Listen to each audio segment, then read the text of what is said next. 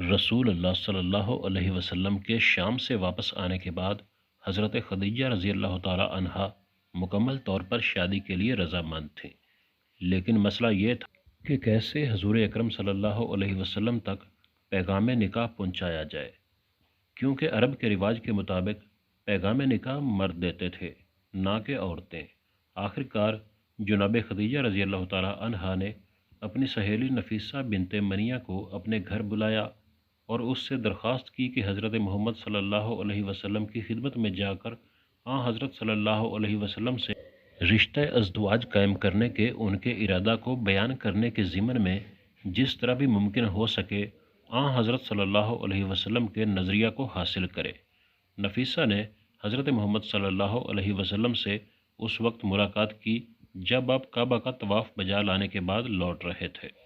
نفیسہ نے حال و احوال پوچھنے کے بعد آپ سے سوال کیا، اے محمد صلی اللہ علیہ وسلم، آپ شادی کیوں نہیں کرتے؟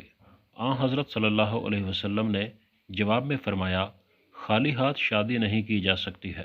نفیسہ نے کچھ دیر سوچنے کے بعد کہا، اگر میں کسی ایسی خاتون کا تعارف کرواؤں جو جاہ و جمال اور شرافت میں آپ کی ہم پلہ ہو اور کافی مال و دولت کی بھی مالک ہو، تو کیا آپ اس سے ازدواج کے لیے آمادہ ہیں؟ حضرت محمد صلی اللہ علیہ وسلم نے تھوڑا غور کرنے کے بعد فرمایا، وہ کون ہو سکتی ہے؟ نفیسہ نے جواب میں کہا، خدیجہ۔ حضرت محمد صلی اللہ علیہ وسلم نے سوال کیا، کیا وہ شادی کریں گی؟ میں نے تو سنا ہے کہ بہت سے لوگوں نے ان کی خواستگاری کی ہے اور انہوں نے ان سب کا انکار کیا ہے۔ اگر وہ راضی ہوں تو میں موافق اور راضی ہوں۔ نفیسہ فوراً جناب خدیجہ کے گھر پہنچیں اور انہیں حضرت محمد صلی اللہ علیہ وسلم کی ان کے ساتھ شادی کرنے کی رضامندی کی خبر سنا دی۔ حضرت محمد صلی اللہ علیہ وسلم نے جناب خدیجہ کی آپ سے شادی کرنے کی رضامندی اور ان سے ازدواج کی اپنی دلچسپی اور رضامندی کے بارے میں اپنے چچا ابو طالب، عباس اور ابو لہب کو آگاہ کیا۔ ابو لہب نے کہا، میرے بھتیجے، ہمیں عربوں میں بدنام نہ کرنا، تم خدیجہ کے لائق نہیں ہو۔ حضرت صلی اللہ علیہ وسلم کے چچا عباس اپنی جگہ سے اٹھ کر کھڑے ہوئے اور ابو لہب سے تیز لہجے میں مخاطب ہو کر کہا، تم ایک پست آدمی ہو۔ خدیجہ رضی اللہ تعالی عنہا میرے اس بھتیجے کے بارے میں کون سا اعتراض کر سکتی ہے؟ محمد صلی اللہ علیہ وسلم دلربا، جمال و کمال کے مالک ہیں۔ خدیجہ کیسے اپنے آپ کو ان سے برتر ثابت کر سکتی ہے؟ کیا مال یا کمال کی وجہ سے؟ کعبہ کے خدا کی قسم، خدیجہ جتنا بھی محمد سے مہر چاہے، میں گھوڑے پر سوار ہو کر بیابانوں میں گھوم کر اور بادشاہوں کے محلوں میں جا کر اسے مہیا کروں گا۔ جناب ابو طالب اپنے بھائیوں سے صلاح مشورہ کرنے کے بعد اس نتیجہ پر پہنچے کہ سب سے پہلے ضروری ہے کہ جناب خدیجہ کا نظریہ اور ان کی طرف سے ممکنہ شرائط معلوم کی جائیں اور اس کے بعد کوئی فیصلہ کیا جائے۔ اس کے بعد انہوں نے پیغمبر اکرم صلی اللہ علیہ وسلم کی پھپھی صفیہ کو خدیجہ کے پاس بھیجا کہ بلا واسطہ ان سے گفتگو کر کے اس سلسلہ میں ان کے نظریہ کے بارے میں آگاہی حاصل کریں۔ جناب صفیہ جناب خدیجہ کے گھر گئیں۔ جب جناب خدیجہ کو معلوم ہوا کہ صفیہ ان کی ملاقات کے لیے آئی ہے تو وہ دوڑ کر استقبال کرنے کے لیے آگے بڑھیں اور انہیں اپنے مخصوص کمرے میں لے گئیں۔ جب کمرے میں داخل ہوئیں تو اپنی کنیزوں کو حکم دیا کہ جناب صفیہ کے لیے خورد و نوش کی لذیذ نعمتیں لائیں اور ان کی خاطر تواضع کریں۔ جناب صفیہ نے کہا، میں کھانا کھانے کے لیے نہیں آئی، بلکہ میں اس لیے آئی ہوں کہ جان لو کہ جو کچھ میں نے سنا ہے وہ سچ ہے یا نہیں۔ جناب خدیجہ نے یہ پوچھے بغیر کہ آپ نے کیا سنا ہے اور دوسرے لوگ کیا کہتے ہیں، جواب میں کہا، جی ہاں، آپ نے صحیح سنا ہے۔ وہ عورت خوش قسمت ہے جو محمد صلی اللہ علیہ وسلم کی شریک حیات بنے، کیونکہ محمد صلی اللہ علیہ وسلم ان کے لیے فخر و مباحت کا سبب ہے۔ میں محمد صلی اللہ علیہ وسلم کی عظمت اور شخصیت سے واقف ہوں اور ان کے ساتھ زندگی گزارنے کو اپنے لیے سعادت اور ایک عظیم فخر سمجھتی ہوں۔ ان کا مہر بھی میں اپنے مال سے ادا کروں گی۔ جناب صفیہ نے جناب خدیجہ کا دو ٹوک الفاظ میں جواب سن کر خوشی اور مسرت میں کہا، اے خدیجہ رضی اللہ تعالی عنہا، خدا کی قسم، آپ محمد صلی اللہ علیہ وسلم سے محبت کرنے میں حق بجانب ہیں۔ ابھی تک کسی آنکھ نے آپ کے محبوب کی مانند کسی نور کو نہیں دیکھا ہے اور کسی کان نے ان کے کلام سے شیریں تر کلام نہیں سنا ہے۔ اس کے بعد جناب صفیہ نے حضرت خدیجہ سے رخصت لی اور مسرت و شادمانی کی حالت میں جناب ابو طالب کے گھر کی طرف لوٹیں، جہاں پر بنی ہاشم کے بزرگ افراد ان کا انتظار کر رہے تھے۔ جناب ابو طالب کے گھر میں داخل ہونے کے بعد جناب صفیہ نے بنی ہاشم کے بزرگوں کے سامنے حضرت محمد صلی اللہ علیہ وسلم کے تئیں جناب خدیجہ کے ناقابل توصیف و محبت و احترام کو بیان کیا۔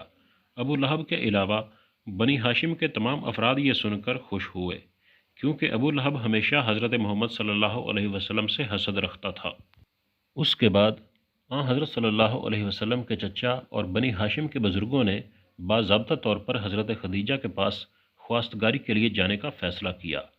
28 سال ہجرت سے قبل 9 شوال کو جناب ابو طالب اپنے عید کے لباس کو زیب تن کر کے بنی ہاشم کے چند بزرگوں کی سرپرستی کرتے ہوئے حضرت خدیجہ کے چچا عمرو بن اسد کے گھر کی طرف روانہ ہوئے، کیونکہ طے یہ پایا تھا کہ نکاح خوانی کی رسم وہیں پر منعقد ہوگی۔ تواضع اور مہمان نوازی کے بعد سب سے پہلے جناب ابو طالب نے خدا سبحان کی وحدانیت اور مکہ و محمد کی عظمت کے بارے میں ایک خطبہ پڑھا۔ خطبہ پڑھنے کے بعد مہر کے بارے میں گفتگو ہوئی۔ حضرت خدیجہ رضی اللہ تعالی عنہا کے مہر کے بارے میں مختلف اقوال نقل کیے گئے ہیں۔ ابن عباس نے حضرت خدیجہ کا مہر 12 اوقیہ ذکر کیا ہے، جبکہ سیرہ ابن حشام میں 20 بکرہ ذکر کیا گیا ہے۔ مہر دینے کا وقت آیا تو حضرت خدیجہ کھڑی ہوئیں اور اپنے چچا عمرو سے فرمانے لگیں، ممکن ہے دوسرے مسائل میں آپ اختیار رکھتے ہوں، لیکن یہاں پر خود مجھے اختیار ہے۔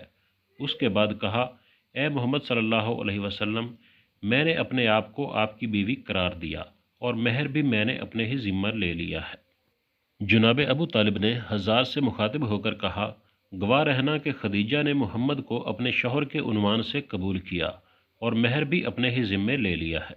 ابو جہل کھڑا ہوا اور غضبناک ہو کر حضرات سے مخاطب ہو کر بولا، تعجب کی بات ہے کہ عورتیں مردوں کے مہر کو اپنے ذمہ لیتی ہیں۔